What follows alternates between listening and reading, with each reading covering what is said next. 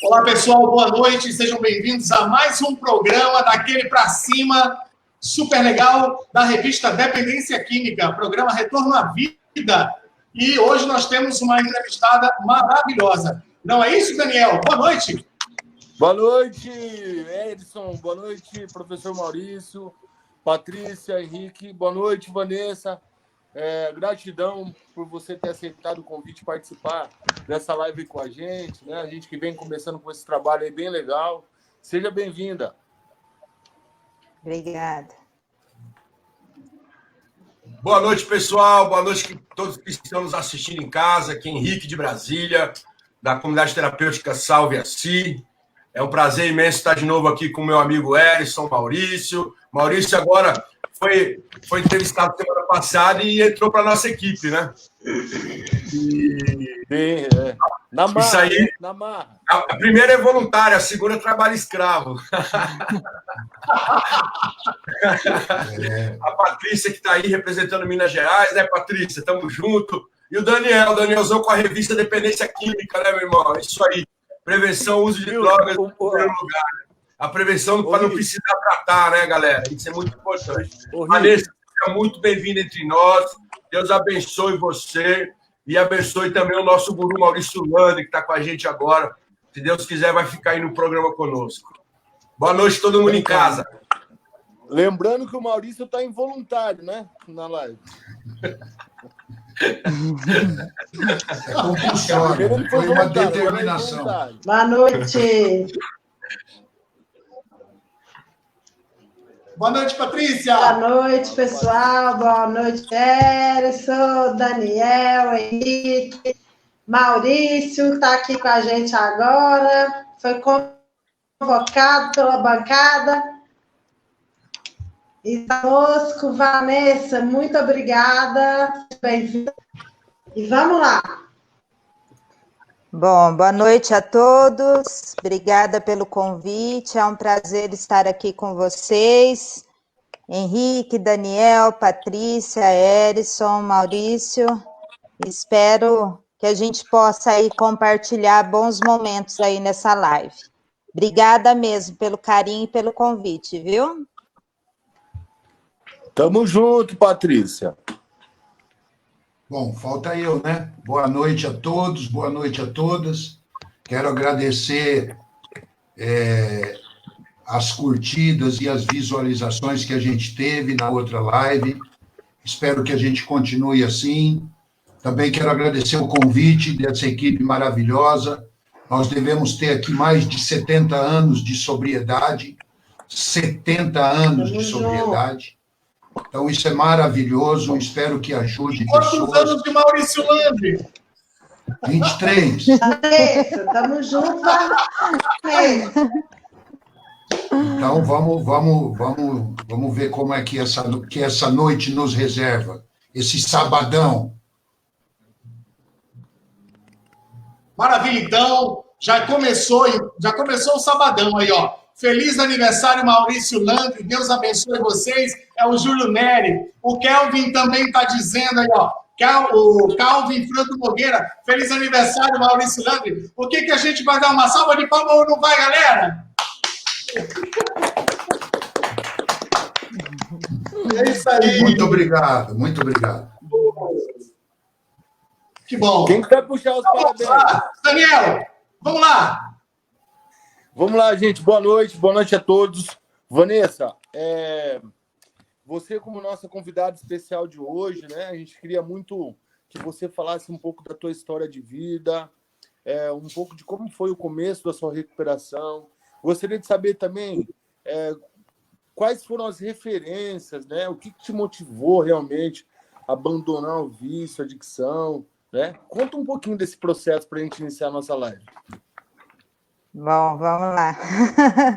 Relembrando o passado, né? Esse ano eu faço 20 anos de recuperação, né? Então, se eu esquecer algumas coisas aí, vocês me perdoem. Mas o meu processo, ele começou com a ajuda da minha família, que percebeu que alguma coisa estava acontecendo fora né, do curso normal das coisas, e perguntou se eu queria ajuda. Na verdade, foi uma tia minha, irmã da minha mãe, que se empenhou muito em me ajudar. E ela, muito católica, começou a me levar em vários lugares. Todos os lugares que falavam que podia me ajudar, ela me levava. Desde igrejas evangélicas, casas dias em outras cidades, grupos de NA. E só que naquele momento eu tinha 20 anos, né?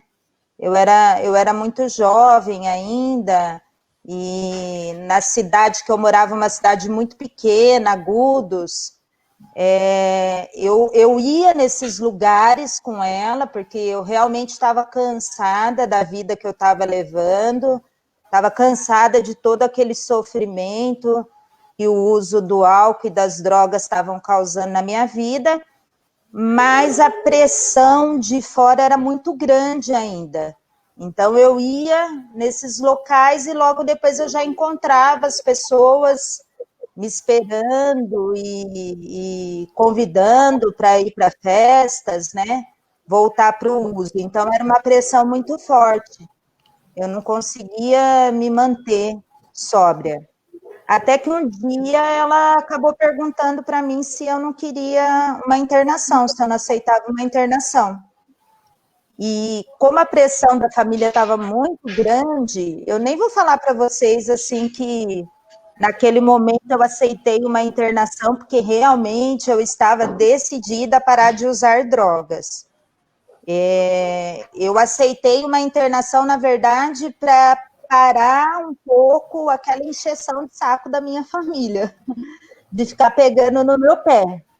Inclusive, uma pessoa que estava comigo acompanhando na época falou: vai lá, Vanessa, dá um tempo, então, né, fica de boa lá e depois você volta e continua fazendo as mesmas coisas.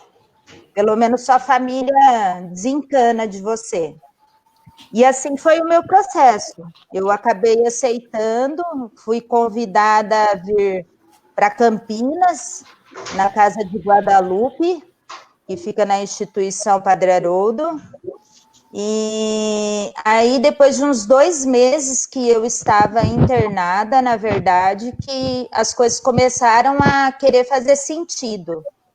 Porque eu sou uma pessoa muito extrovertida, muito brincalhona, então eu acho que os 2 primeiros meses eu fiquei de férias internada, né?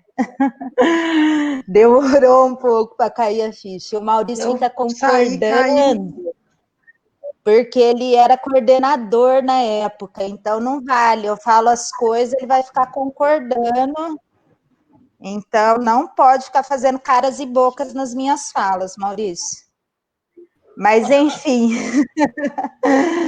então demorou um pouco para eu perceber, né? Eu realmente fiquei ali num processo de férias no começo, mas quando as coisas começaram a fazer sentido, os grupos, as reuniões, alguns contatos com a minha família começaram a pressionar muito grande, mexer comigo mesmo, internamente, eu comecei a entender que eu tinha um problema e que eu realmente precisava de ajuda e que eu queria mudar aquela vida que eu estava levando.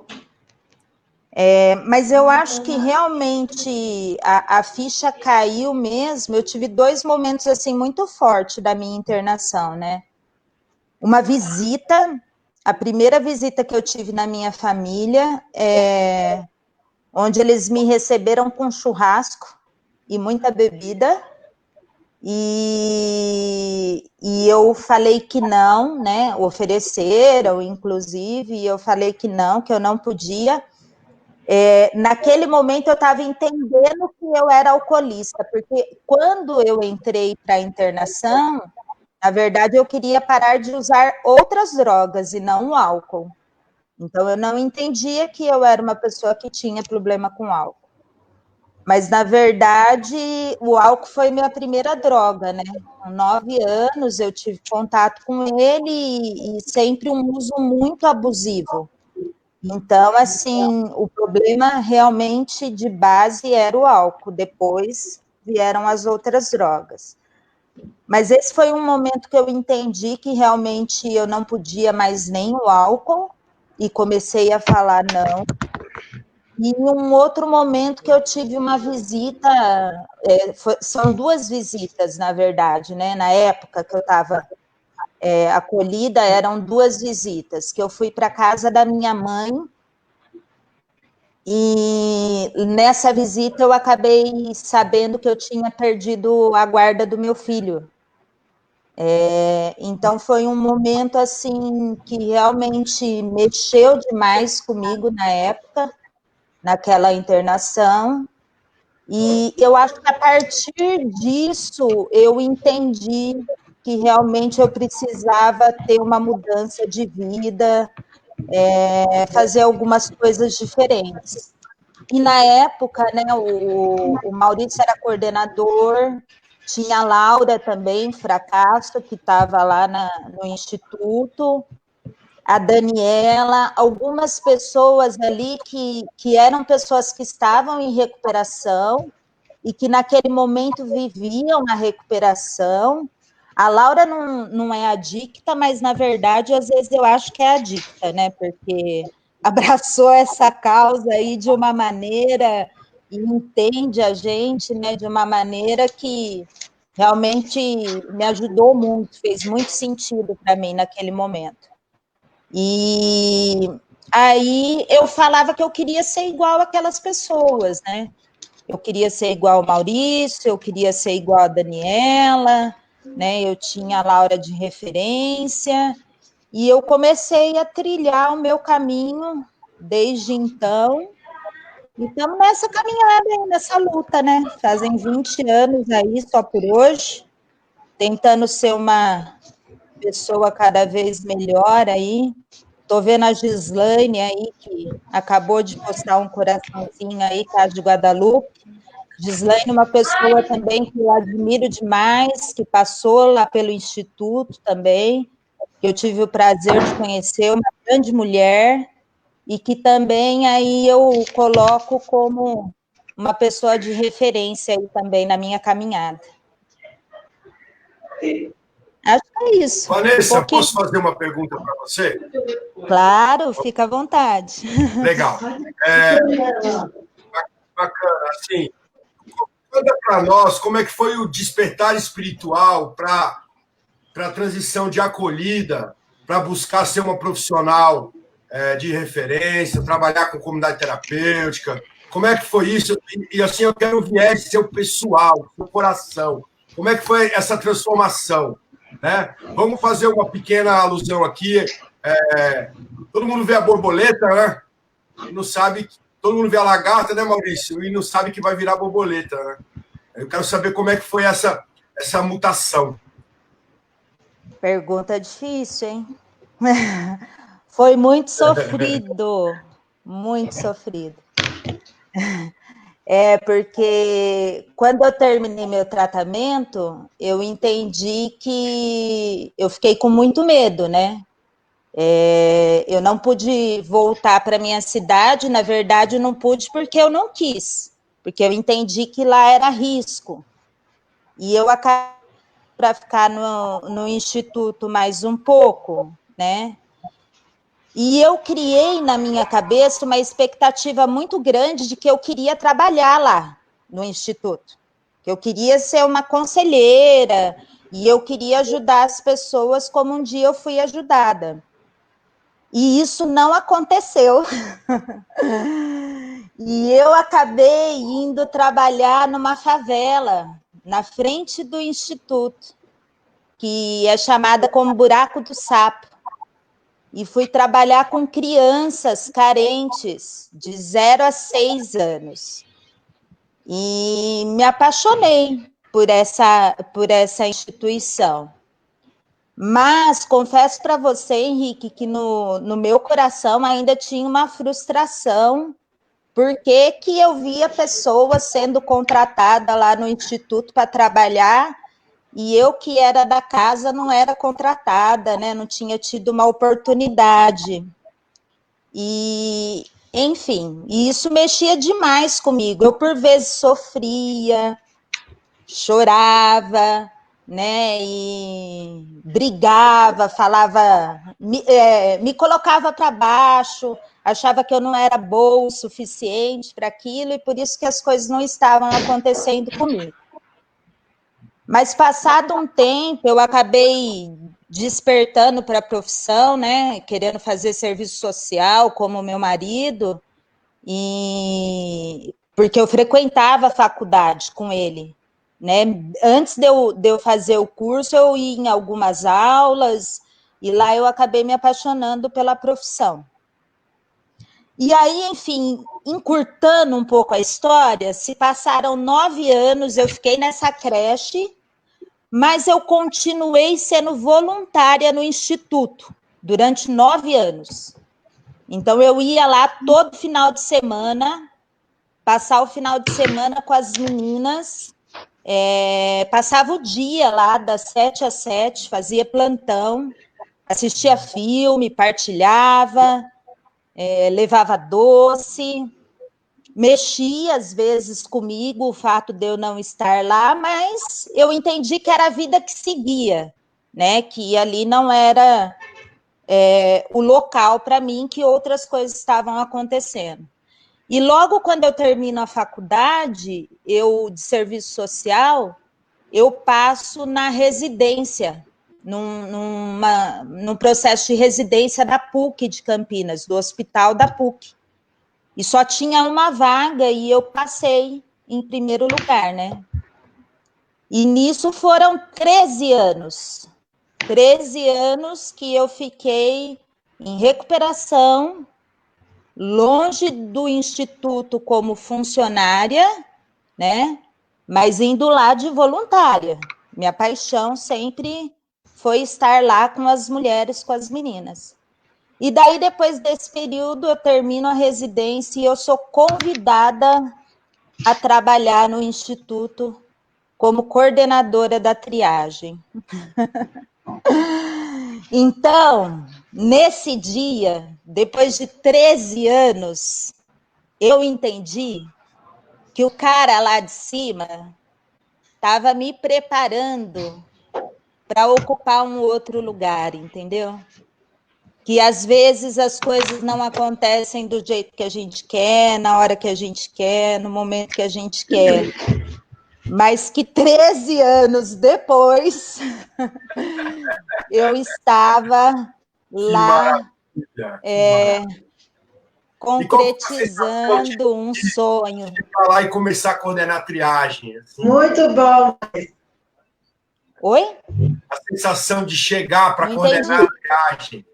Você lembra como foi esse dia?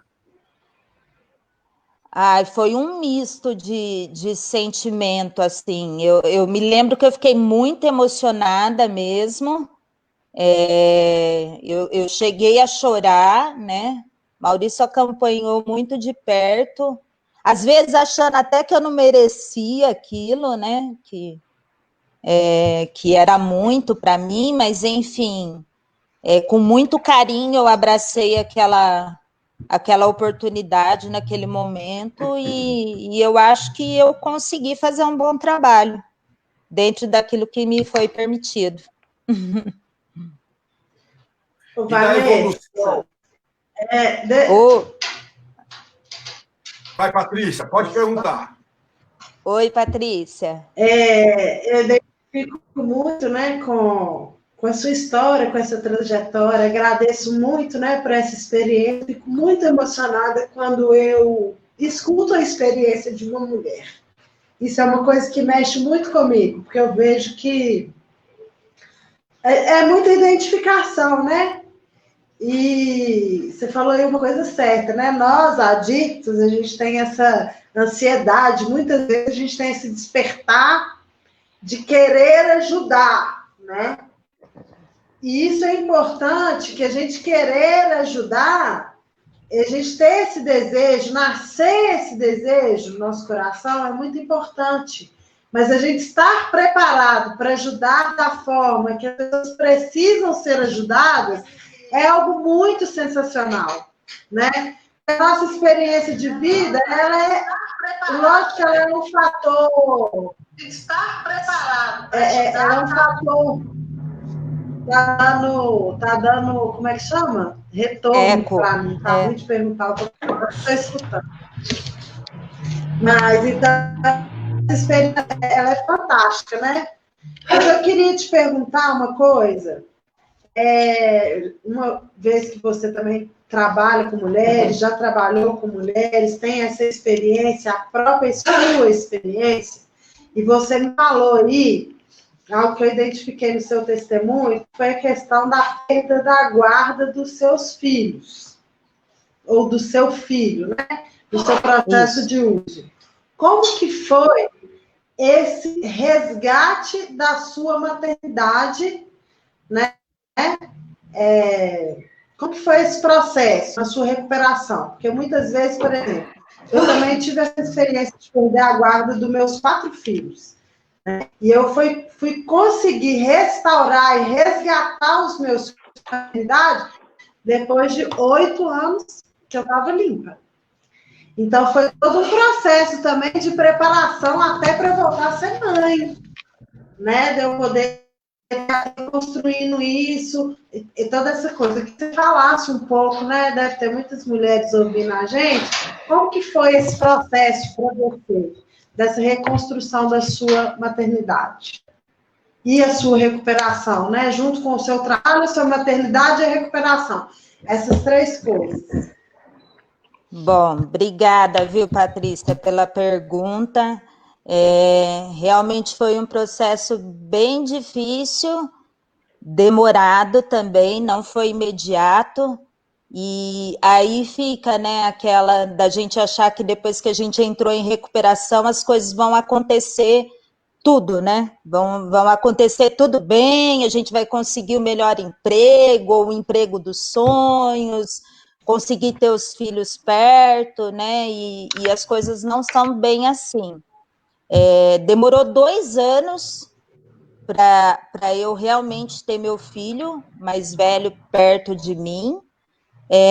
Porém, eu falo que minha mãe não devolveu a guarda dele para mim até hoje. Eu tenho uma filha aqui. Hoje ele tem 24 anos, eu tenho 4, né? A minha caçula é assim. Então, hoje meu filho mais velho, ele tem 24 anos e ele tá comigo, mas porque minha mãe deixou ele vir morar comigo, né? Mas oficialmente, no papel, né, da mesma maneira que eu perdi quando eu estava internada, que teve um processo, na devolução não houve esse processo, né? E eu acredito que minha mãe, apesar de estar acompanhando a mudança e na época, né, e estar acreditando que podia ser diferente, mas eu acho que ela tinha muito medo, porque ela assumiu meu filho e cuidou dele enquanto eu não podia naquele momento, né? Então ela acabou não devolvendo. E aí eles moravam, né, em outra cidade. Então, eu fico em Campinas quando eu termino meu tratamento e meu filho estava com a minha mãe em Agudos.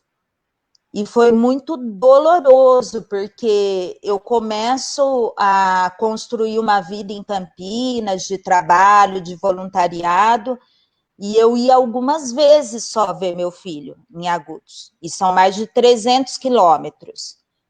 Eu ia de ônibus, né? Era uma viagem um pouquinho longa. E cada vez que eu ia era um sofrimento muito grande, porque eu tinha que me despedir, eu tinha que falar tchau. Eu me lembro várias vezes eu entrando no ônibus aos prantos, chorando, vendo ele, né, pela janela do ônibus também chorando, querendo estar perto, e naquele momento isso não era possível. E aí, às vezes, ele vinha passar as férias comigo também. Então, assim, foi bem complicado, foi difícil, na verdade, foi sofrido naquele momento, mas hoje também, vendo tudo o que aconteceu naquela época, eu acredito que foi tudo necessário, né? Tinha que ser dessa maneira, construído assim, até porque também eu não estava com o pai dele, né? E daí eu termino um tratamento, passa um tempo, daí eu estou num outro relacionamento com uma outra pessoa, passa outro tempo, eu engravido. Então, assim, todo esse ambiente para ele naquele momento, também acredito que foi muito difícil. E esses 2 anos foram necessários para ele estar perto de mim. Hoje, nunca mais sair. Não sei se eu respondi.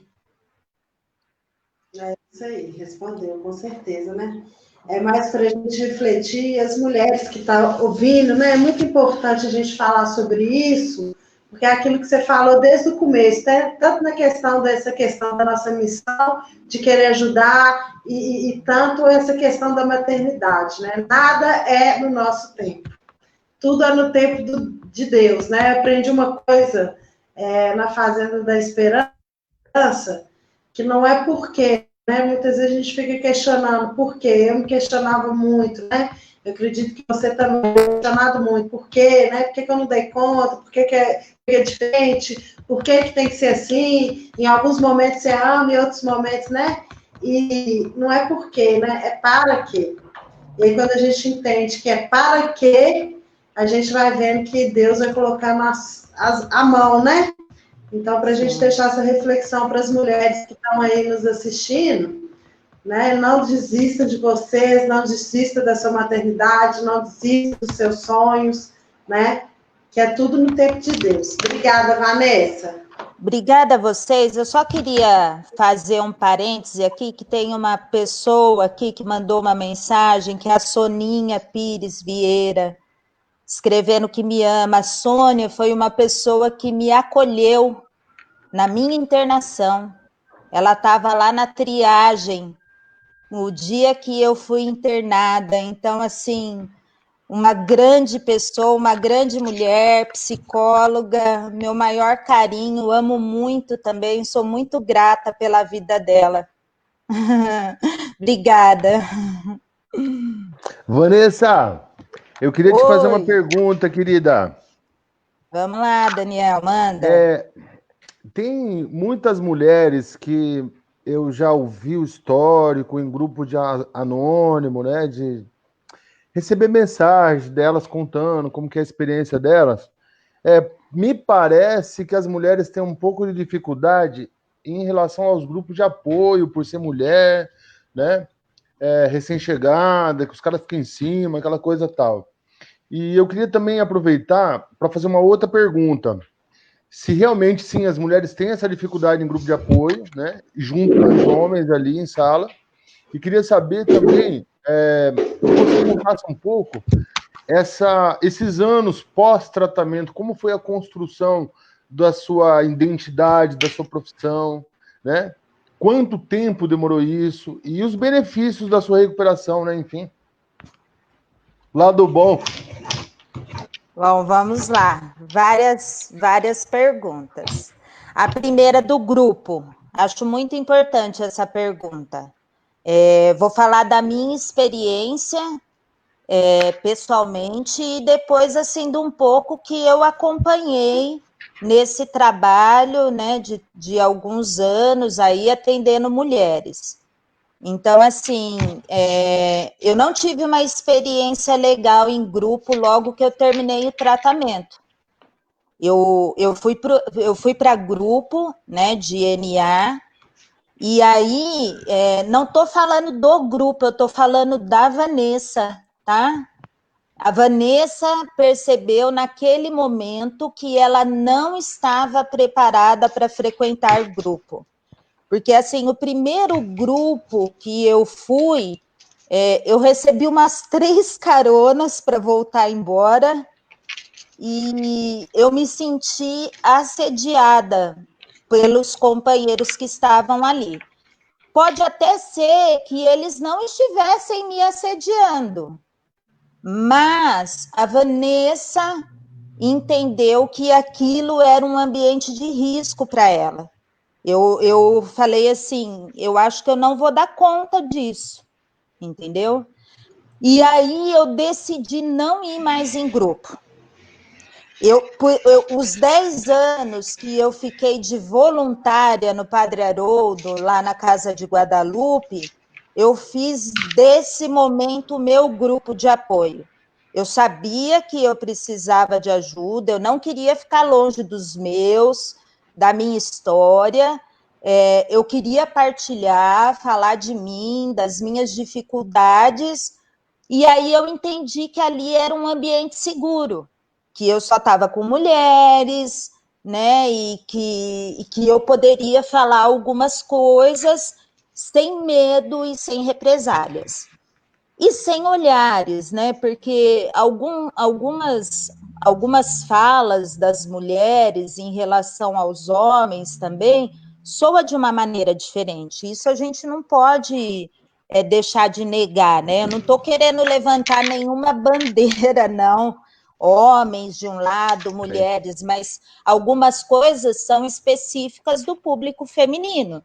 E é diferente uma mulher falar numa sala de mulheres que saiu com vários homens, de repente, numa noite, do que ela falar isso, a mesma coisa, numa sala que tiver companheiros, homens ali, né?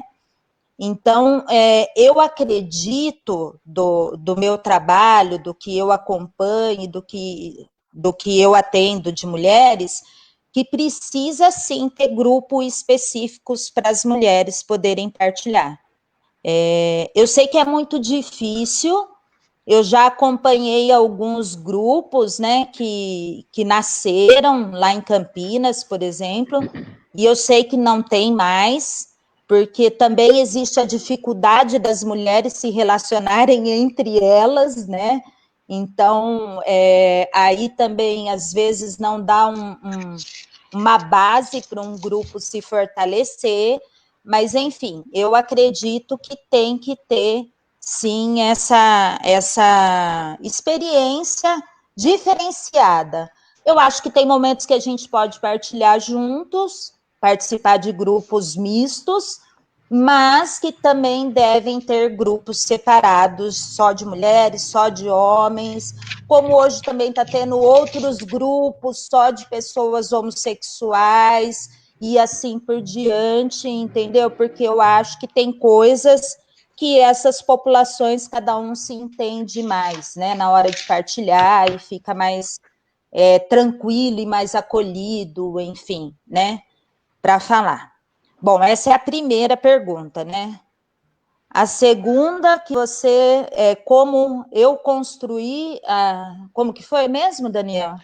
Relação à profissão, à identidade, a uma nova identidade, uma nova maneira de viver, né? Como que foi esse processo e à medida que isso foi também ajudando na sua recuperação no dia a dia?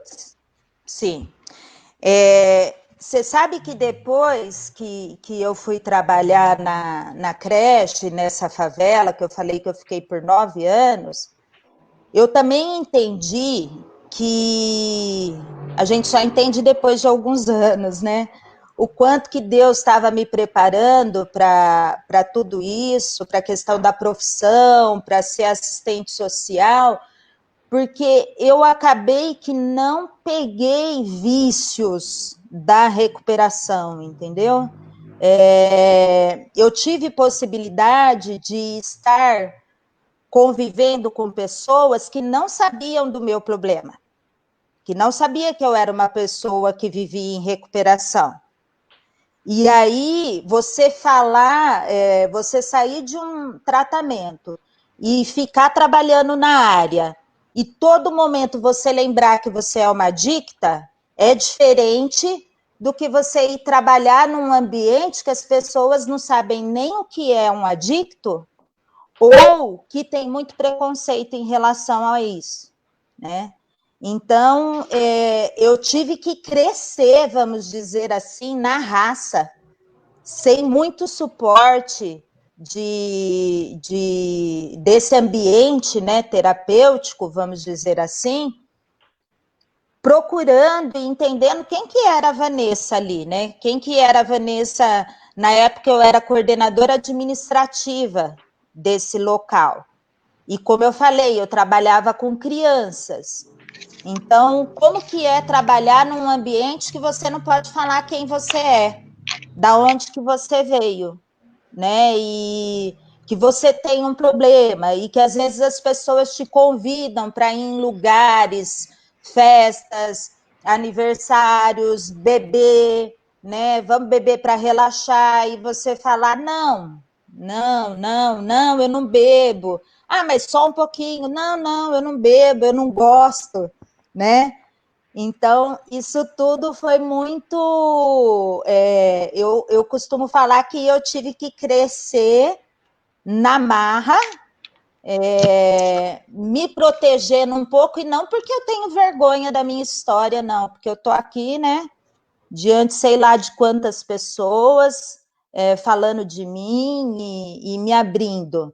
Mas naquele momento eu não tinha tanta segurança assim, era tudo novo para mim, né? Eu não era formada ainda, então realmente foi uma construção.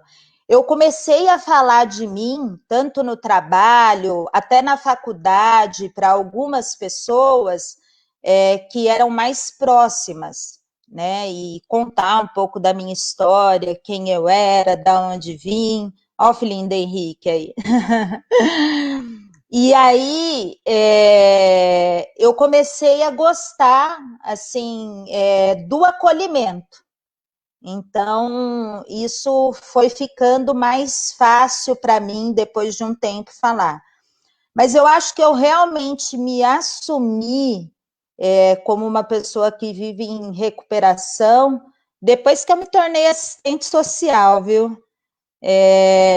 De realmente assim não ter medo do que fossem falar, ou se alguém estava tendo algum julgamento moral, algum preconceito em relação de mim. Eu entendia e entendo a profissional que eu sou. Eu acho que eu sou uma boa profissional, né? Uma pessoa que realmente trabalha, coloca a mão na massa, sou apaixonada pela minha profissão, pelo meu trabalho, tenho maior orgulho da minha história e hoje eu tenho maior segurança de onde quer que eu vá falar que eu sou assistente social e também sou uma pessoa que vive em recuperação, uma mulher que vive em recuperação, que é mais difícil ainda, né? Porque a mulher, ela é a minoria ainda nesse meio da recuperação, né, de pessoas que estão bem, também são a minoria no tratamento, né, tem muito mais comunidades e lugares para homens do que para as mulheres, é muito mais difícil as mulheres chegarem no tratamento. Mas hoje eu acredito que eu sou uma sobrevivente aí, eu tento fazer da minha história até que as pessoas, sei lá, se espelhem e de repente queiram fazer uma mudança de vida também na vida delas a partir disso, entendeu? Vanessa. É isso? Isso. Oh. Vanessa, eu e o Theozinho tá aqui. Dá boa noite, pessoal, lá, Theo. Olá, boa noite. Eu vi. Oi, Theo.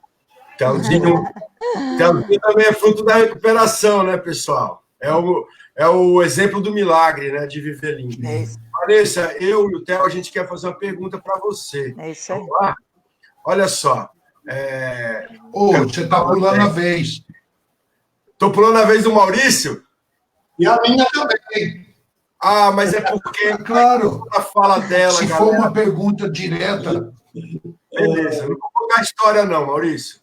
A gente tá furando fila. Né, Vanessa? A comunidade terapêutica feminina da Salve a Si. Tá muito emblemática essa live, a sua entrevista com você, porque a gente quer começar a colher depois de amanhã, a gente vai começar, segunda-feira.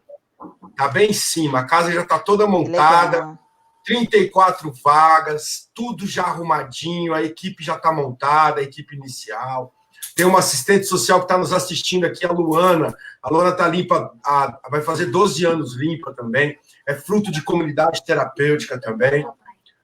Tá? Pode dar água para ele, Arela. Isso. Vem cá, filha, aparece aqui também. Ela está com vergonha. Por favor, amor. Tá, beleza. São Maurício vai ficar bravo.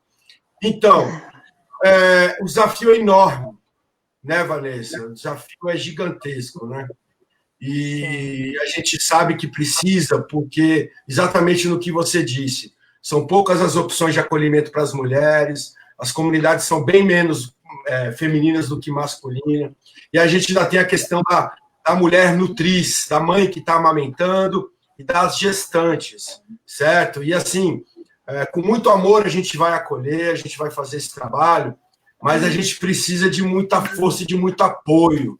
Então, eu queria fazer um convite para você, para que você, dentro do seu tempo, que eu sei que é corrido, que você puder, agora é pandemia, fica difícil de você vir, mas o convite já está feito para você vir pessoalmente, mas a gente quer que você, quando a gente precisar de uma capacitação, nem que seja por videoconferência, você nos ajuda? Com certeza, será um prazer. A Cristina está aqui assistindo, a Luana, a nossa equipe está aqui vendo a live. Aí, galera, agora a gente já tem uma professora para nos ajudar. Mulher é um tema que eu gosto muito. Toda a minha formação, né, as minhas especializações aí foi tentando me aprofundar nesse universo feminino, até para entender, né, o Júlio acho que perguntou aí por que tem menos comunidade, né, para mulher do que para homem, se eu acho que tem mais dificuldade, né, as mulheres de procurar ajuda. Então, é para responder esse tipo de perguntas que eu venho estudando, né, durante esses anos aí, esse tema, o gênero, mulher, e, na verdade, sim, é lógico que tem mais dificuldade para a mulher procurar ajuda, porque mesmo com todos os avanços que a gente tem na sociedade, né, entendendo aí que a mulher tem um papel aí importante nesse momento de mercado de trabalho, de conquistar o seu espaço, porém a gente sabe ainda que nós vivemos numa sociedade machista e tem preconceito, sim, né? É diferente quando você vê uma mulher bebendo ou usando drogas, ou quando você vê um homem fazendo a mesma coisa, né? O julgamento, inclusive das próprias mulheres em relação a essa mulher, é um julgamento moral, é um julgamento mais pesado.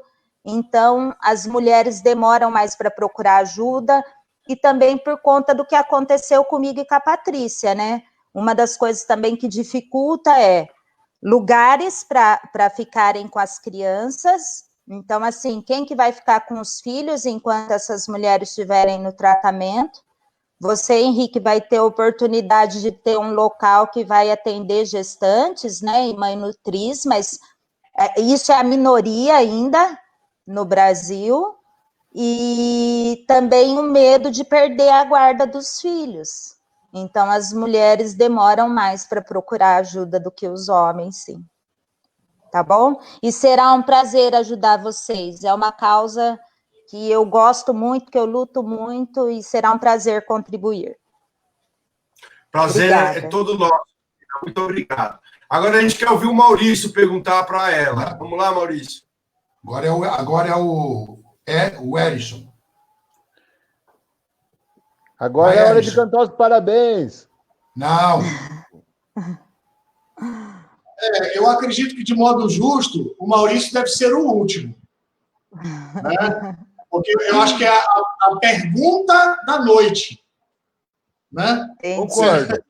Concordo. Então, Vanessa, como é que é essa relação da esposa e do marido? Ambos sofreram com a doença da dependência química, ambos são profissionais, ambos são raptados semanalmente por profissionais. Por exemplo, o Célio Luiz Barbosa rapta todo mês o Maurício. Como é que fica aí essa distância? Como é que você, enquanto mãe, esposa e profissional, administra o teu tempo, o tempo a gestão da família, a gestão do trabalho e a gestão do cuidado de muitas pessoas, de muitas mulheres, né? Durante todo o mês, durante a semana. Eu acho que tem muitas mulheres que estão aí, nesse momento, assistindo, que vão assistir depois, que vão ter muito prazer em ter essa informação a respeito de gestão de tempo. Vamos lá, então. Bom, marido e mulher trabalhando na mesma área, né? Os dois assistentes sociais, 2 dependentes químicos, misericórdia, né? É muita informação. Mas, enfim, no começo, o Maurício, quando eu conheci o Maurício, ele já estava em recuperação, né? E há alguns anos na minha frente. Então, assim, eu tive um pouco mais de dificuldade no começo para entender quem que era esse Maurício solicitado por tantas pessoas, né? E para ajudar tantas pessoas, assim. Então, confesso que eu tinha ciúmes. Maurício viajava muito, né? E muitas pessoas mandavam fotos e recadinhos, muitas mulheres agradecendo o Maurício, né? E eu tinha muitos ciúmes.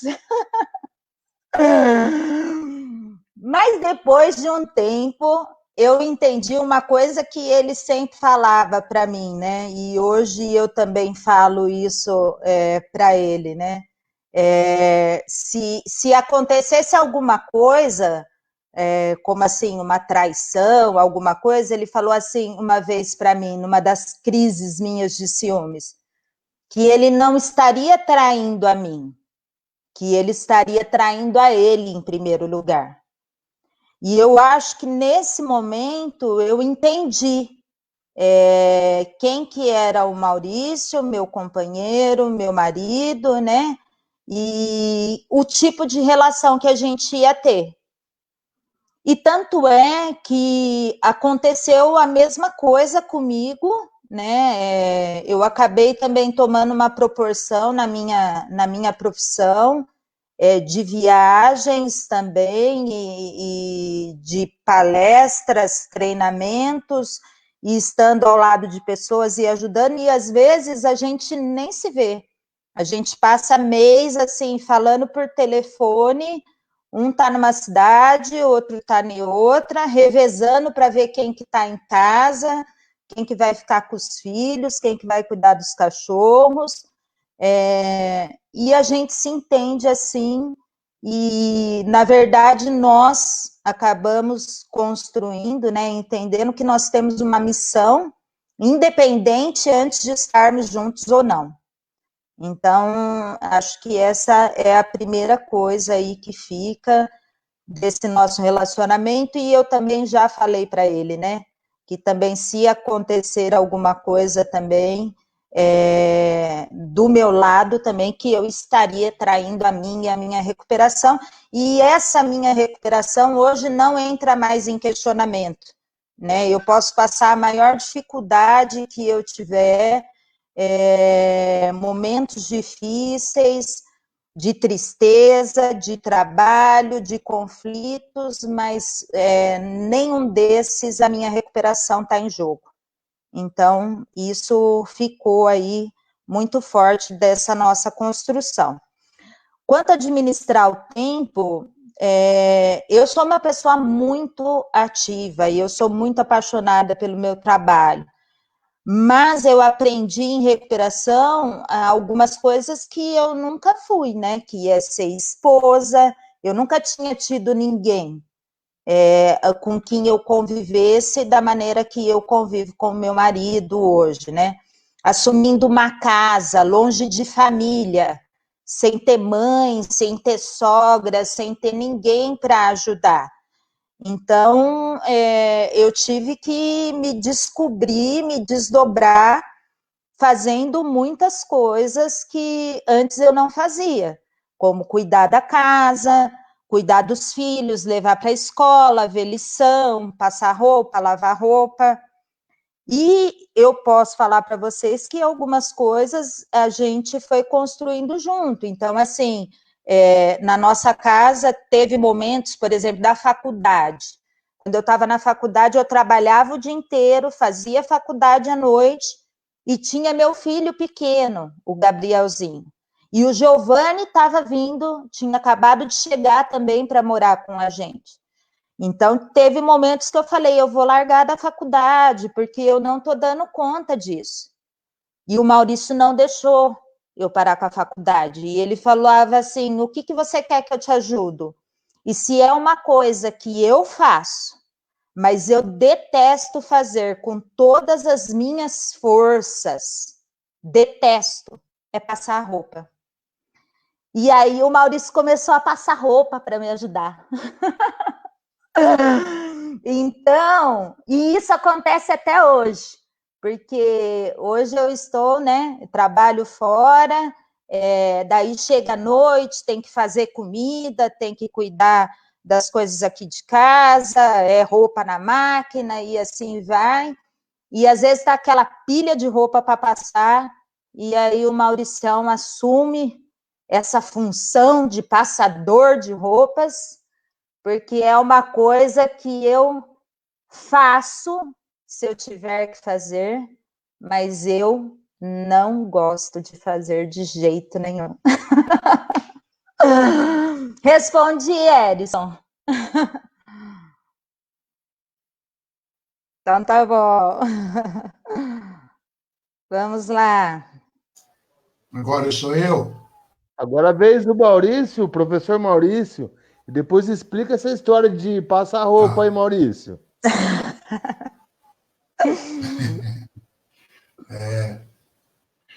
É um bom... cura até crise. Quando eu passo a roupa, cura crise. Entendeu? Se está em crise, melhora. Porque ela fica bem. Mas vamos lá. O que eu gostaria de completar o que a Vanessa falou são duas coisas, inclusive uma que ela fala no treinamento dela, e que a gente pode fazer um paralelo com a macro-sociedade, com a sociedade no geral. Eu acredito que o grande problema do tratamento, da pessoa entrar em recuperação, é ela ficar no foco na vida, o centro da vida dela, como se fosse a dependência química.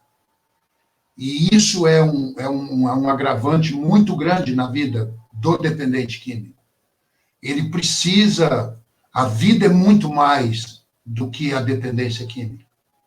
Então, quando a Vanessa viveu esses 10 anos, há 13 anos, longe da dependência química, isso foi, não que ela esqueceu, mas não foi o centro.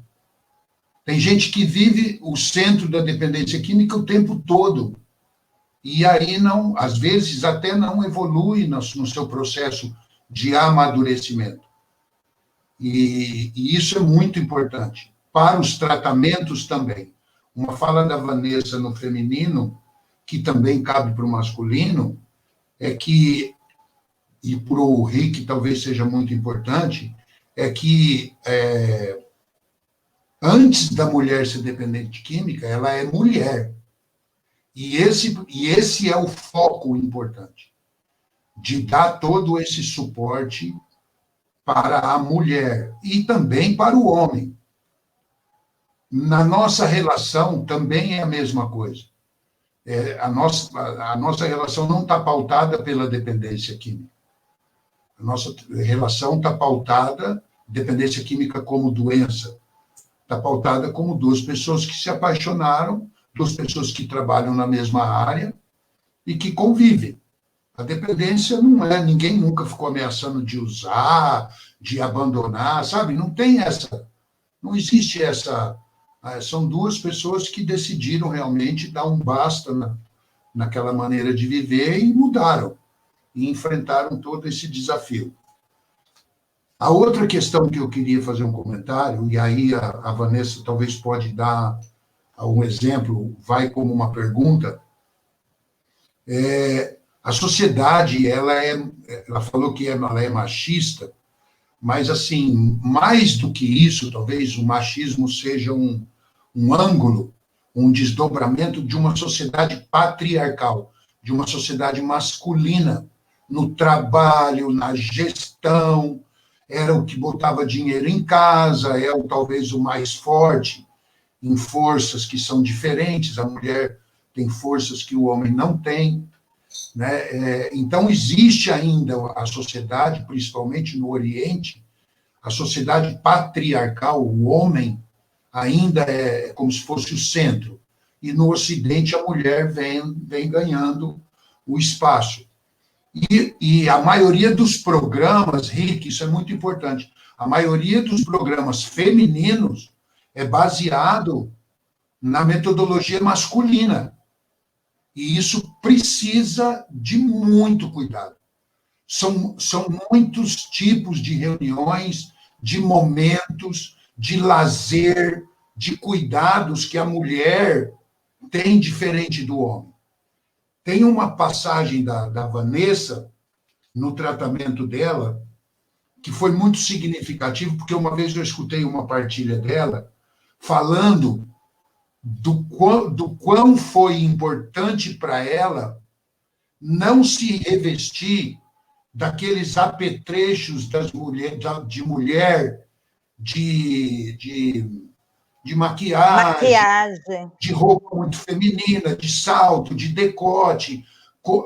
Eu queria primeiro que você falasse, né, esse episódio, que você teve esse insight sobre como foi esse momento de você, né, da feminino, da mulher, não se revestir dessa fórmula para se expressar como feminina. E a outra, puxando um pouco, seria quais as diferenças ou quais as dificuldades e as diferenças que você aponta no programa feminino, que o programa feminino precise ser diferente do masculino. Isso é muito importante, né? Até a questão, por exemplo, dos 12 passos, né? na perspectiva da mulher, por exemplo. Então, a pergunta é as diferenças entre o masculino e o feminino no tratamento e a importância de abdicar de algumas características do feminino e qual é a consequência disso. Não sei se você vai lembrar, eu acho que você vai lembrar. Então, a primeira pergunta que ele fez, como foi essa minha transição de me revestir, né, desses apetrechos, é porque ele participou disso. O Maurício, ele era coordenador, como eu falei, né, na época que eu estava lá em acolhimento, só que eu particularmente detestava ele.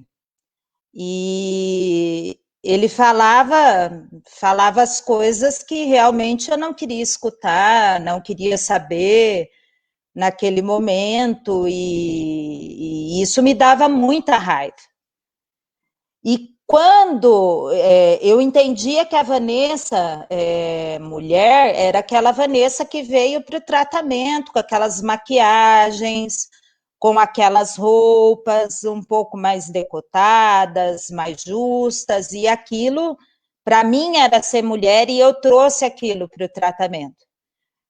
Até que um dia eu estava saindo de uma reunião e eu cruzo com o Maurício no corredor e ele falou para mim por que eu usava aquelas maquiagens. E falou que eu estava feia. E eu fiquei com muita raiva. Eu falei, quem que esse cara pensa que ele é para falar que eu tô feia? Eu vou matar ele. E aí, enfim, minha lista, né, de contras Maurício, porque eu colocava apelido, eu fazia música, né, eu tinha muita raiva. Só foi que aumentou mais. Mas aí, um dia, eu resolvi tirar aquele lápis do meu olho. E eu liguei para minha família e eu falei que eu precisava de roupas largas, camisetas, entendeu? Que eu não queria mais escutar aquela encheção de saco, vai tirar essa roupa tá muito apertada, por que você está usando essa roupa? E uma tia minha que é costureira pegou um monte de calça jeans do filho dela, que bem maior do que eu, mais velho, cortou, fez uns bermudão enorme, umas camisetona, mandaram lá para mim e eu comecei a andar desse jeito e falei, agora também ninguém mais vai me encher o saco por causa de roupa. E na comunidade que eu ficava, tinha meninos também que transitavam lá. Por alguns momentos a gente se encontrava. E mesmo eu estando daquele jeito, eu recebi uma cartinha de um menino. E aí eu comecei a entender que a Vanessa não era aquele monte de maquiagem, não era aquele monte de roupa. E comecei a gostar do que eu estava vendo, né? Eu comecei a cuidar e entender quem que era aquela mulher, que mulher que eu queria ser a partir daquilo, o que significava uma roupa, né? Na sociedade, na cultura, enfim. Como que eu queria ser reconhecida? Que história que eu estava querendo construir?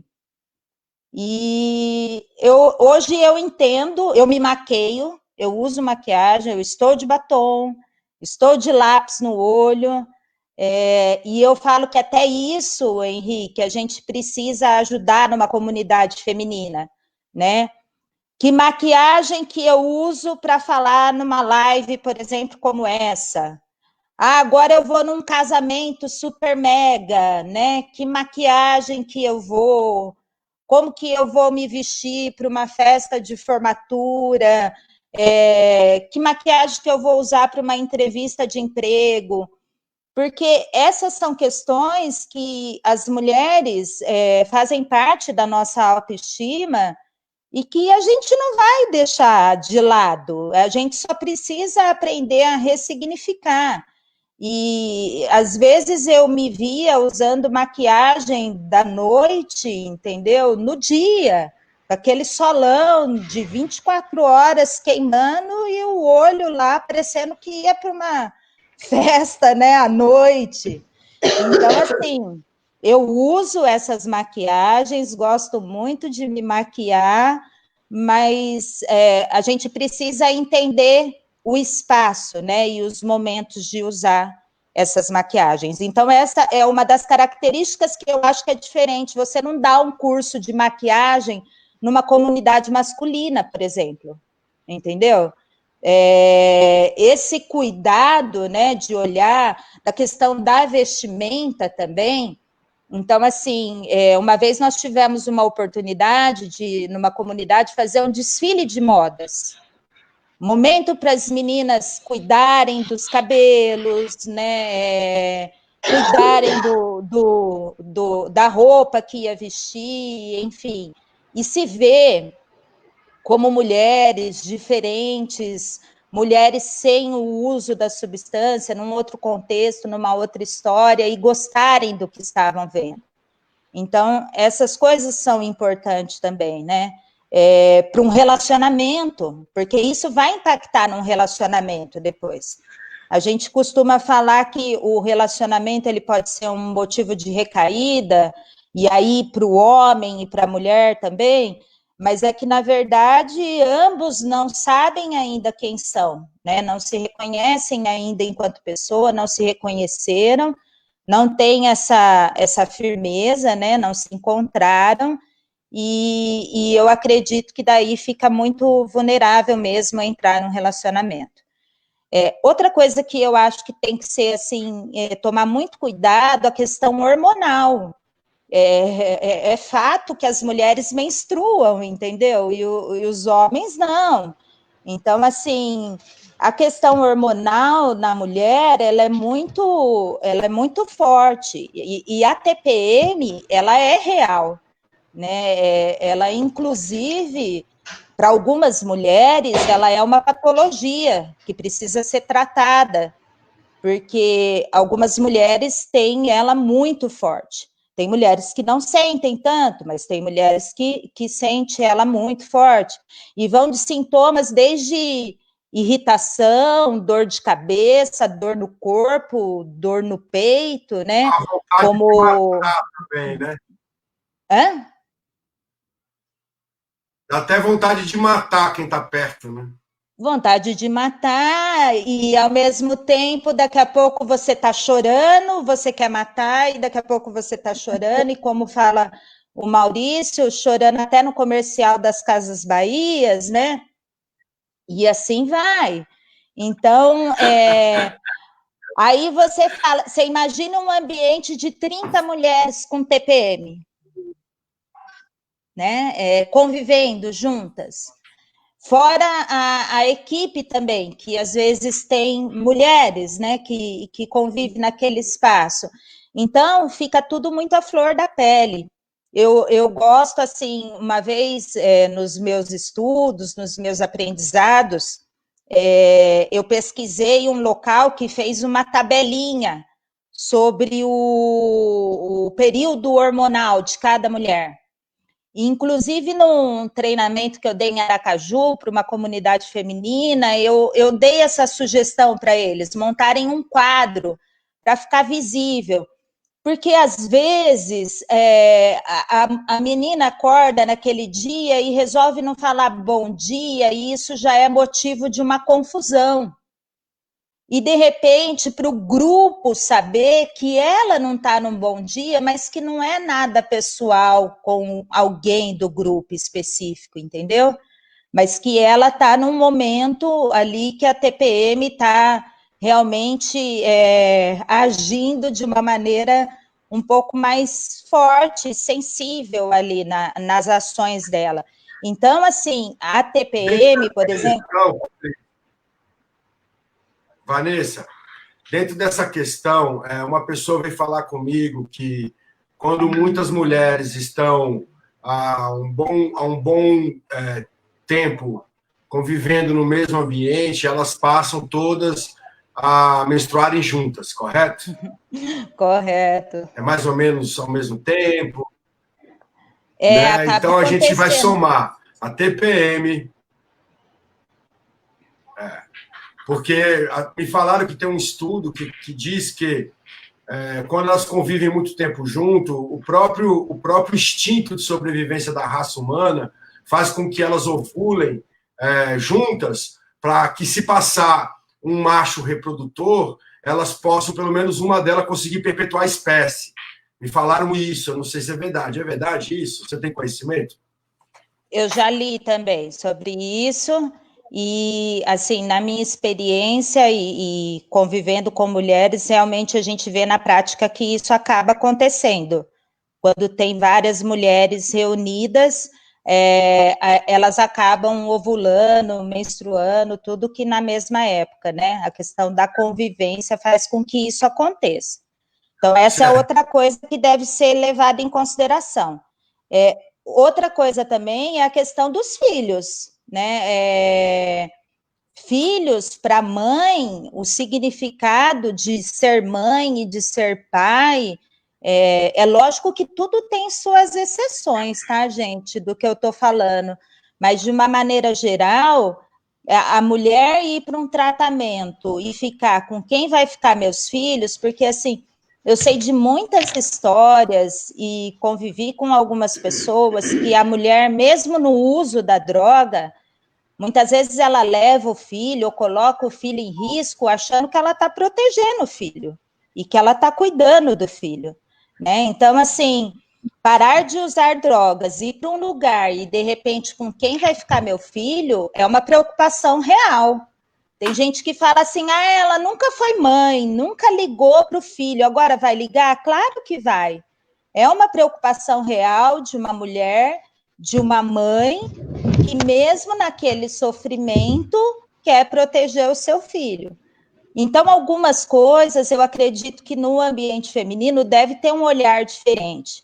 É lógico que se a comunidade puder acolher esse filho junto com essa mãe, na minha opinião, esse seria o ideal, né? Não vou entrar em detalhes aqui de idade, apesar de adolescente, a gente sabe da experiência que é um pouco mais complicado.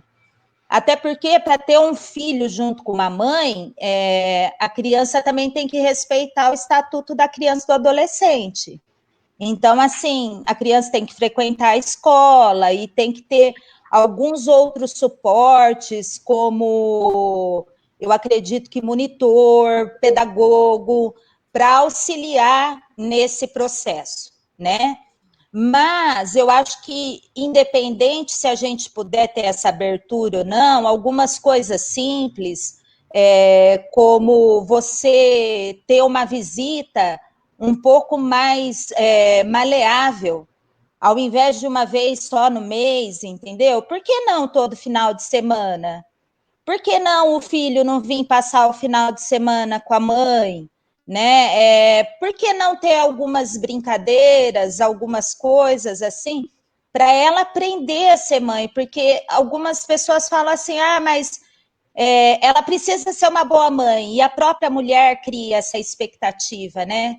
Então, eu vou sair, vou terminar meu tratamento e eu vou ser uma ótima mãe.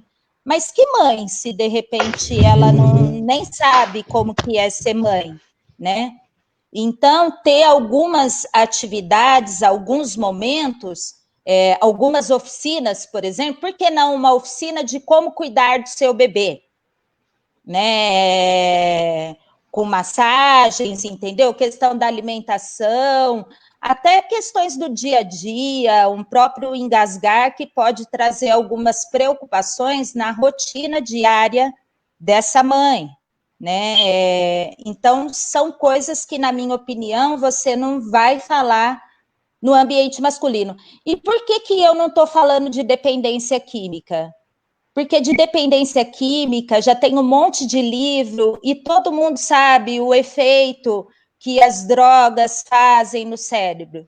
É lógico que muda o ambiente, às vezes de pessoa para pessoa, que tipo de droga, né? E é isso que o Maurício falou, é uma das coisas que eu falo sempre quando eu estou dando aula de mulher, que antes de falar de dependência química, de droga, a gente está falando de mulher.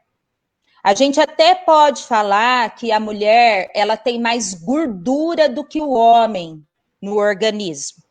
O homem tem mais massa muscular, entendeu? E a mulher tem mais gordura. Então, quando a mulher usa um pino de cocaína, por exemplo, ela é metabolizada muito mais rápido na gordura e ela vai muito mais rápido para o sangue, fazendo um efeito muito mais rápido. Então, assim, é muito comum você ver, às vezes, comparando entre homem e mulher, um homem há 10 anos de uso e uma mulher com 5 anos de uso, da mesma, no mesmo nível que esse homem de prejuízo, entendeu? Com pouco tempo de uso. Porque realmente a droga ela pode ser potencializada, inclusive na TPM também. Já existem alguns estudos que falam que cheirar um pino, né, de cocaína na TPM, por conta do estado biológico e hormonal que ela está naquele momento, o efeito é potencializado. Eu não duvido. Não duvido. Então, não sei se eu respondi, Maurício, se era isso que você queria ouvir. Oi, Vanessa. Vanessa, eu tenho uma pergunta. Oi. Ainda nessa questão do tratamento, no tratamento da mulher, essa questão da maquiagem, enfim. Uma vez eu conversei com um especialista, um médico, ele disse o seguinte, que era interessante a clínica mista, a comunidade mista. Por quê? as mulheres se cuidavam mais e os homens também. Fazia barba, né? Eles se cuidavam mais do corpo, da aparência, etc e tal, né? E também uma questão que foi abordada, eu lembro, nesse encontro, foi assim, esse tratamento junto com o homem, na clínica mista, comunidade mista, até que ponto é bom? É bom se for bem gerenciado? Porque, assim, claro que o médico ainda que apresentou essa tese, ele diz o seguinte, olha, a mulher tem que aprender a conviver com o homem até mesmo na CT, né? Porém, tem que ter um distanciamento, obviamente, tal, para a coisa não virar, né, uma coisa assim mais, né, mais da doença em si, mas seria interessante, né, você ter profissionais capacitados para orientar os dois. E claro que sai muito casal de clínica mista, né? Eu queria que você colocasse sua visão sobre essa questão. Homem e mulher junto no mesmo tratamento. Comunidade mista. Eu acredito hoje que a gente não está preparado para isso. Eu acho que falta profissionais já para atenderem as mulheres nas suas especificidades e ainda mais atender num ambiente misto os dois. A droga hoje, ela tem feito um efeito devastador, né? Realmente o poder da substância se você comparar 20 anos, né, quando eu estava lá entrando no meu tratamento, realmente é diferente.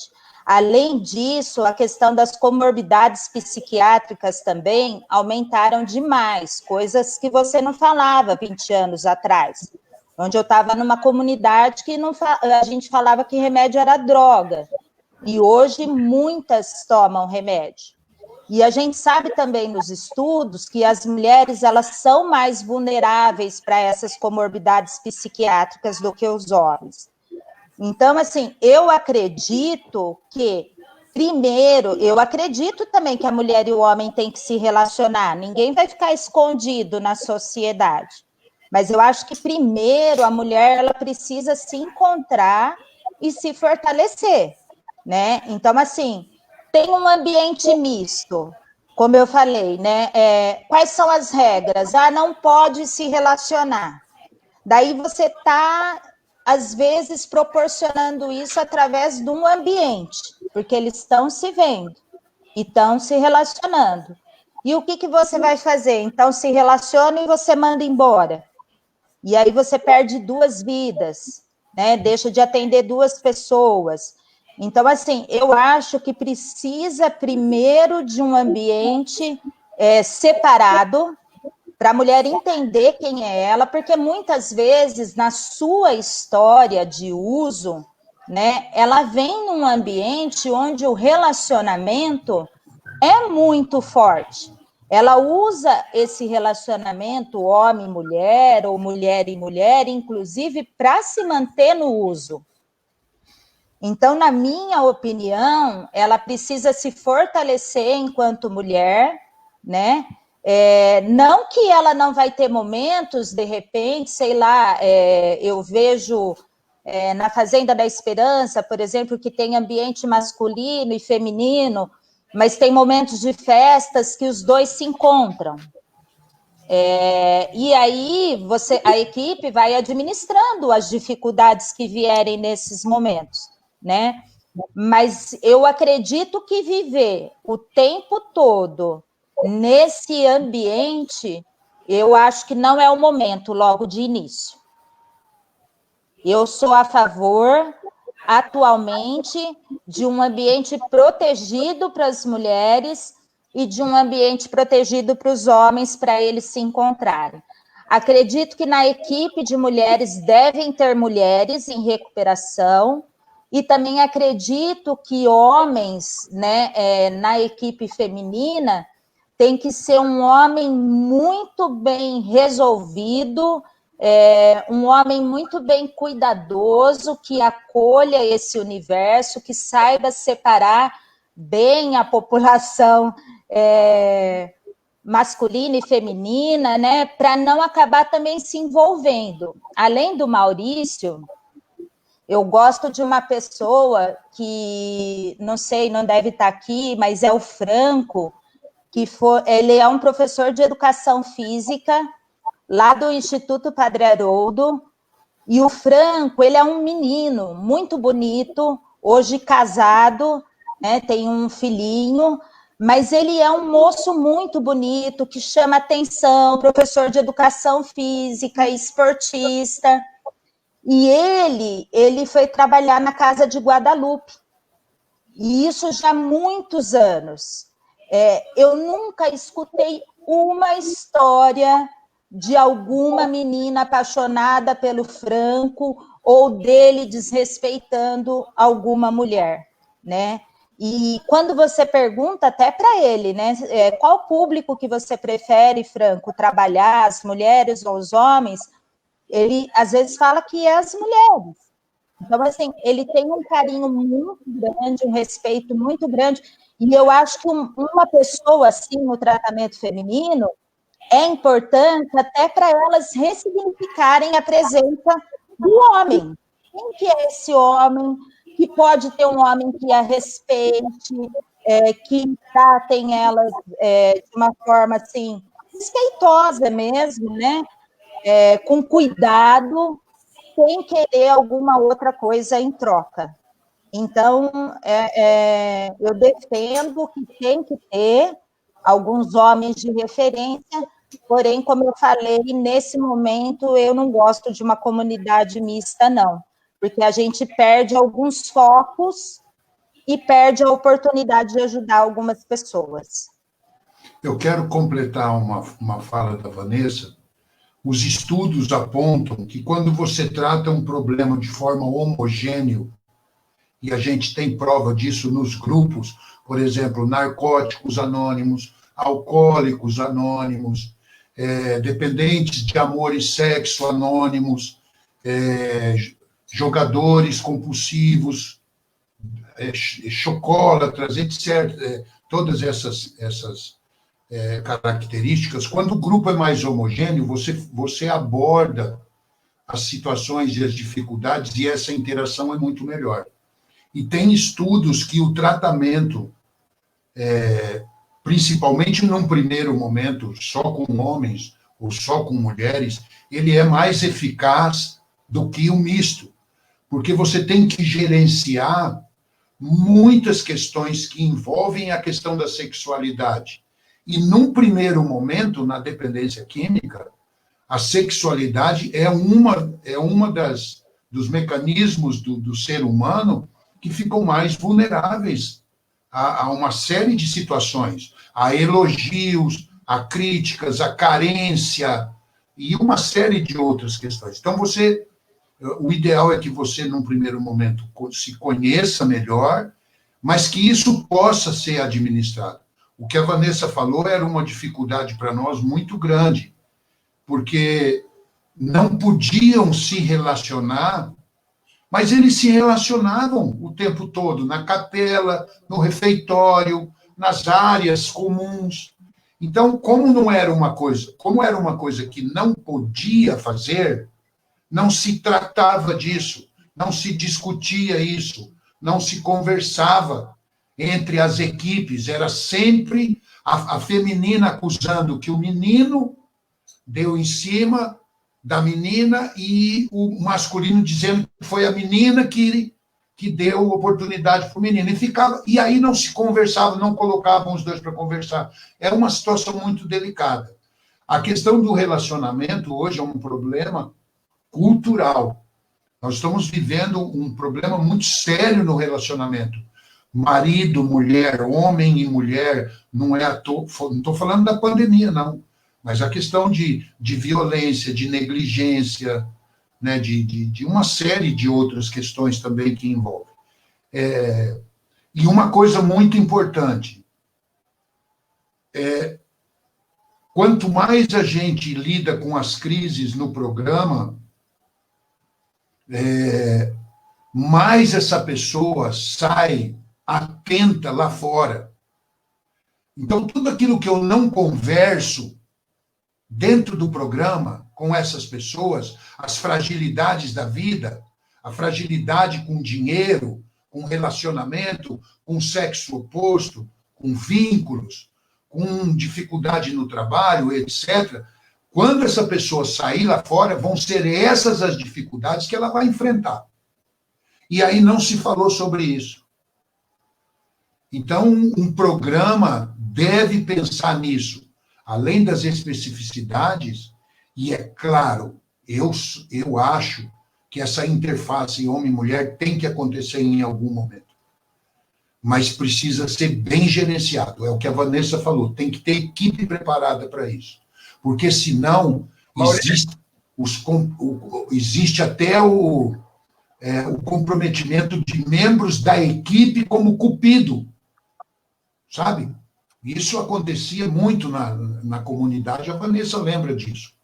Algumas educadoras levavam e traziam, às vezes, recadinhos, né?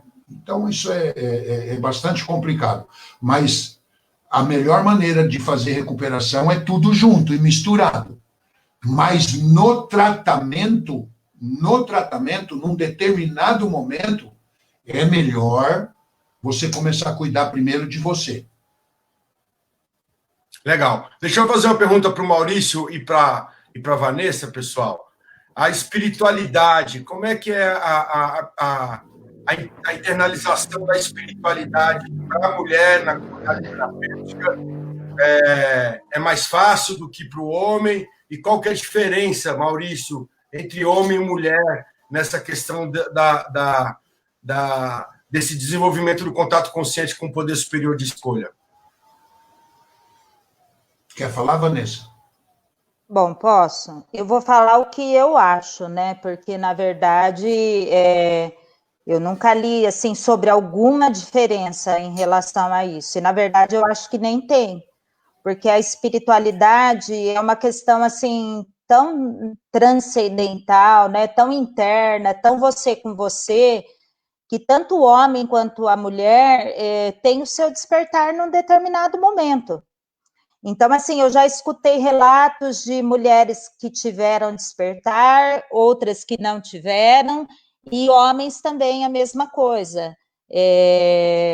E alguns tiveram dentro do tratamento, outros tiveram fora, enfim. Eu acho que é uma construção. E nesse momento que a gente está vivendo hoje ainda, acho que é ainda mais, né? Uma construção ainda mais. Porque maior, quero dizer, porque é tanta informação, é tanta tecnologia, tanto conhecimento, e a questão da espiritualidade hoje, ela está muito mais aquém de uma busca mesmo, eu acredito. Muitas pessoas sentem ela a partir ou de alguma dor, ou a partir de alguma perda, né?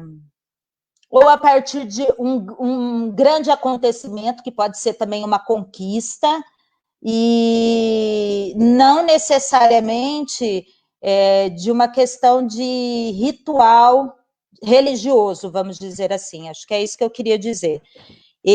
Vanessa, na minha experiência, a minha espiritualidade, ela foi despertada através de uma voluntária, que foi lá, enquanto eu estava lá no tratamento, e que fez uma espiritualidade, falou algumas coisas que me tocaram demais, e naquele momento fez sentido na minha vida. E eu venho buscando essa espiritualidade até hoje. Hoje, mais através de uma prática, né, de um contato consciente com Deus, porque eu sei que isso é importante, mas eu não vejo que tem diferença entre homens e mulheres, não. Eu acho que é uma coisa muito individual, até porque tem gente que, às vezes, faz da sua espiritualidade o grupo que ela frequenta, entendeu? E essa vivência dos 12 passos, até o Maurício falou para eu falar dos 12 passos, eu acabei me esquecendo, mas tem um livro que eu gosto muito, viu, Henrique, que é Os 12 Passos na Perspectiva da Mulher. ele é totalmente feminino. Então, assim, eu acredito que na comunidade feminina... Quem escreveu? Como eu acesso a um desse? Tem aqui, eu posso te passar a fonte, eu tenho alguns aqui em casa depois, eu não lembro o nome dela, mas ela é uma alcoolista americana que fez esse livro, né, fez a interpretação dos 12 Passos, comentado, baseado em todas as experiências que podem acontecer no universo feminino. Então, é muito bacana, porque é uma reunião, é uma leitura que a mulher realmente ela se identifica, né? E vai entendendo todo esse processo, enfim. Mas, como eu falei, então, da espiritualidade, eu acho que não tem diferença, né? Ela é muito individual, muito particular, pode acontecer no tratamento ou não, e também em vários ambientes, enfim, através da vivência dos 12 passos. Tem gente que fala que a espiritualidade é a meditação que ele pratica, e assim por diante. Não sei se o Maurício concorda, discorda. Não, eu vejo assim, eu acho que essa questão de diferença do homem e da mulher tem a ver com a diferença de homem e mulher. Né? A mulher é uma pessoa mais sensível, mais cuidadora, ela carrega a cria, né, a vida dentro dela, essa relação, por mais que a gente possa imaginar, eu não consigo imaginar eu carregando um filho. Acho que eu não aguentaria. Eu acho que o homem não aguentaria. Você vê que é uma visão muito, muito particular do masculino e do feminino, nessa questão de subjetiva mesmo, de você ser. Mas sobre a espiritualidade, eu acho que o passo, eu acho que um dos passos marcantes na espiritualidade é o momento que você passa a confiar, né? A confiar em Deus, a confiar naquela sua crença, a confiar em você, a confiar nas pessoas, a confiar no... Porque eu vi que a Marta colocou aqui, do terceiro passo é a base da recuperação, e o terceiro passo é a decisão. É você decidir. Quando você decide, de uma certa maneira, você está confiando, entregar essa pessoa, essa vida, ou seja lá o que for que você está entregando. Eu tive um momento, o meu acesso à recuperação foi muito espiritual. Eu pedi para sair do inferno, eu senti pelo meu pai sendo resgatado pelo meu poder superior, fui para a fazenda dele, e eu estou lá. Ainda anestesiado ainda pela desintoxicação, e em dezembro, na primeira visita familiar, a minha ex-sogra, ela levou meus 2 filhos mais velhos para visitar. E eles estavam lindos. E uma das coisas mais difíceis para mim é aquela ilusão de que eu precisava ir embora para cuidar dos meus filhos. Mas eu não estava cuidando, eu não tinha condição de cuidar. Eu precisaria cuidar primeiro de mim.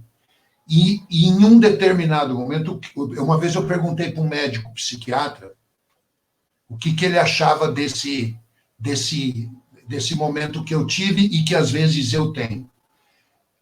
É como se eu tivesse escutado o meu poder espiritual falando assim, porque eu estava rezando muito para ele cuidar dos meus filhos. E é como se eu escutasse ele falando assim, você está vendo? Eu estou cuidando dos seus filhos. Cuide de você. Foi uma coisa muito forte. E eu perguntei para esse médico psiquiatra o que era isso, né? Que patologia era essa? Ele falou que isso era um delírio esquizoide, um nome meio que patológico, para aquelas pessoas que têm essa visão científica. Para mim, não. Para mim, é fé, é confiança, é um insight, é um retorno, é uma relação de muita confiança, E eu acho que a espiritualidade é isso. Para mim, a espiritualidade é isso. Independente se ela está numa sala ou se ela está num altar, se ela vem dos companheiros ou se ela vem do céu, a partir do momento que aquilo me completa, que aquilo é uma força inexplicável maior do que eu, ela é válida para qualquer pessoa, independente se ela tem religião ou não. Exatamente. Professor, obrigado. Vanessa, a gente vai chegando ao final, né? A gente, inclusive, passou um pouco do tempo hoje, mas também não era para menos, né? Um casal aí, referência na nossa área, exemplo para todos nós. Muito obrigado, Vanessa, pela sua participação. O Henrique, eu acho que foi o cara que mais aproveitou, né? Tá abrindo uma comunidade terapêutica feminina, e a Vanessa deu uma aula aqui sobre tratamento de mulher. Parabéns, Vanessa, mais uma vez. Tenho orgulho de ter sido seu aluno também, do professor Landry, né? Queria deixar um abraço para os dois aí, para o Henrique, dizer que eu desejo que esse projeto do Henrique seja um sucesso, que a Vanessa possa ajudar e que a gente possa estar sempre junto nessa caminhada, orientando, ajudando as pessoas. Eu vi aqui também um monte de mulher hoje comentando, participando da live, né? É muito importante as mulheres participarem do programa, terem voz, falarem, pedirem ajuda. Então é isso, gente. Eu deixo um abraço para todos aí. Cada um pode finalizar da maneira que quiser ir. O meu, rapidamente, eu quero agradecer o convite. Legal, Daniel. Deixar boa noite para todos vocês aí, tá bom? Muito obrigado, um abraço a todo mundo que esteve com a gente aqui. Beijo, Vanessa. Já eu te vejo. Vanessa, Maurício, muito obrigado. O Maurício não explicou sobre passar roupa ainda, né? Essa parte pula. Aí, né? Pessoal, obrigado, Vanessa, obrigado. Maurício, Daniel, Erison, que deve ter ido passar roupa, a gente também não sabe, né? Galera, um beijo enorme no coração de vocês. Quem está assistindo, obrigado por ter ficado com a gente. Sábado que vem o programa está de novo, vai ter surpresa, novo entrevistado. Deus abençoe a vida de todos, muita sobriedade e serenidade. Um grande abraço. Valeu, Henrique. Valeu. Bom, eu quero agradecer mais uma vez pelo convite. Tchau, Theo. Dizer que foi um prazer estar aqui com vocês, né? Tenho certeza que esse projeto vai decolar, que é só aí os primeiros, né? As primeiras lives de muitas aí que virão. E contem comigo no que precisarem, agradecer todo mundo que participou. Eu não sou que nem o Maurício, que fiquei olhando, né, e dando tchauzinho. Eu vi ali a Sônia, mas também não posso deixar de falar de um grande amigo meu, que é o Aldo, que estava aí presente na live, acompanhando a gente também, né, um grande beijo. É isso, ó, meu melhor amigo é um homem, né, é o Aldo. Então, homens e mulheres se relacionando de maneira saudável. É isso que fica. Um beijo para a Patrícia, a única mulher que estava aqui presente junto comigo, sumiu. Ficou sem bateria, tá sem bateria, acabou dela. Ah, tá. Um beijo e obrigada, gente. Fiquem com Deus e até a próxima, se Deus quiser. Tchau, tchau. Tchau. Obrigado a todos. Tchau. Tchau.